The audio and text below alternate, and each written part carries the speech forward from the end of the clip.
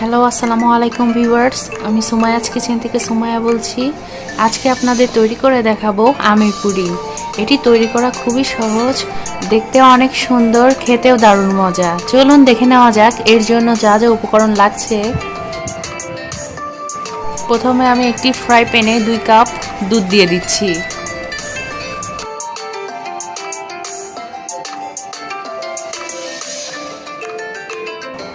এখন 1/3 কাপ চিনি দিয়ে দিচ্ছি।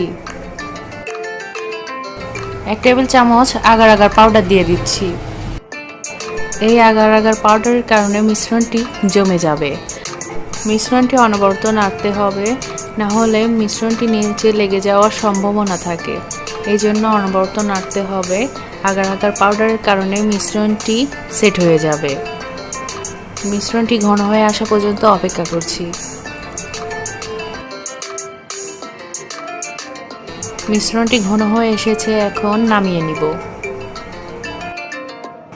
এখন আমি আমের মিশ্রণটি তৈরি করে নিব।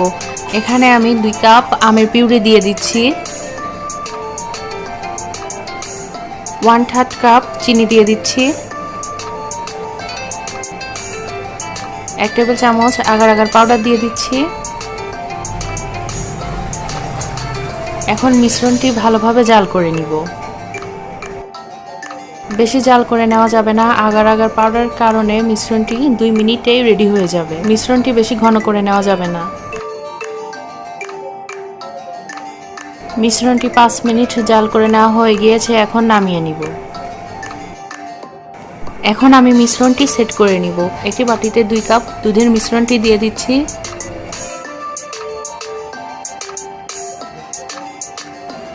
প্রথম লেয়ার দেওয়ার পরে আমি ফ্রিজে 5 মিনিট রেখে দিব। 5 মিনিট পর ফ্রিজ থেকে বের করে নিয়ে এসেছি, জমিয়ে গিয়েছে লেয়ারটা। এখন আমি আমের লেয়ার দিয়ে দিচ্ছি। সমপরিমাণ আমের পিউরি দিয়ে দিচ্ছি। আমের পিউরি সেট হয়ে গিয়েছে, এখন আবারও দুধের মিশ্রণটি দিয়ে দিচ্ছি।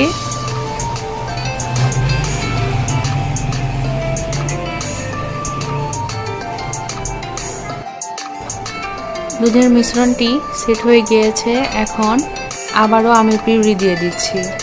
এইভাবে আমি 4টি লেয়ার করে নিচ্ছি।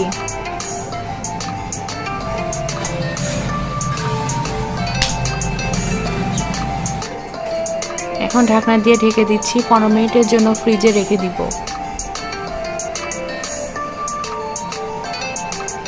15 মিনিট পর ফ্রিজ থেকে বের করেছি। মিশ্রণটি সেট হয়ে গিয়েছে, এখন একটি বাটিতে ঢেলে নিব।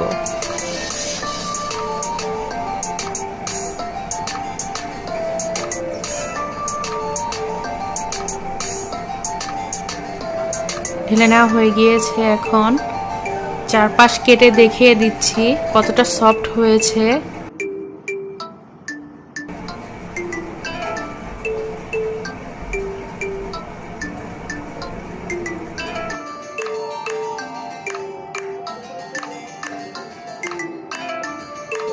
ব্যাস রেডি হয়ে গেল আম দুধের লেয়ার পুডিং।